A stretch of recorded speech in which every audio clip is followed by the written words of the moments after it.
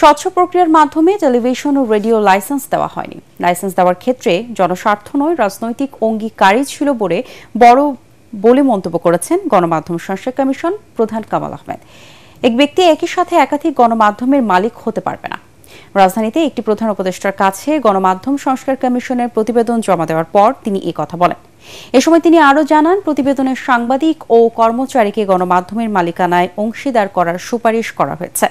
Public listed কোম্পানির মাধ্যমে পরিচালনা করা এবং বেতার ও বিটিভিকে স্বায়ত্তশাসন দেওয়ার প্রস্তাবও করেছে কমিশন। জাতীয় সম্প্রচার সংস্থা করে তার অধীনে বেতার, বিটিভি ও বাস পরিচালনার সুপারিশ করেছে কমিশন।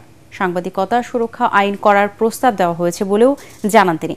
প্রেস কাউন্সিলের পরিবর্তে জাতীয় গণমাধ্যম কমিশন করার পাশাপাশি সাংবাদিকদের আর্থিক নিরাপত্তা নিশ্চিত করার সুপারিশও করেছে কমিশন।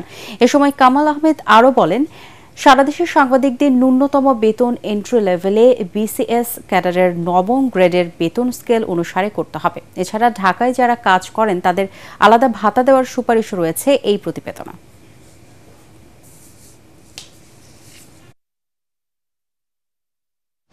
বিসিএস ক্যাডার সার্ভিসে যে প্রবেশের যে জায়গাটা, সেই ইকুয়াল লেভেলে, অর্থাৎ বিসিএস ক্যাডার সার্ভিসের নবম গ্রেডের যে বেতন স্কেল, সেই বেতন স্কেলের সাথে সঙ্গতি রেখে সাংবাদিকদের এন্ট্রি লেভেলের বেতনটা হতে হবে। সারা দেশেই এটা হতে হবে। এবং ঢাকায় যেহেতু ব্যয়, জীবনযাত্রার ব্যয় বেশি, সুতরাং ঢাকায় ঢাকা ভাতা একটা যোগ করতে হবে।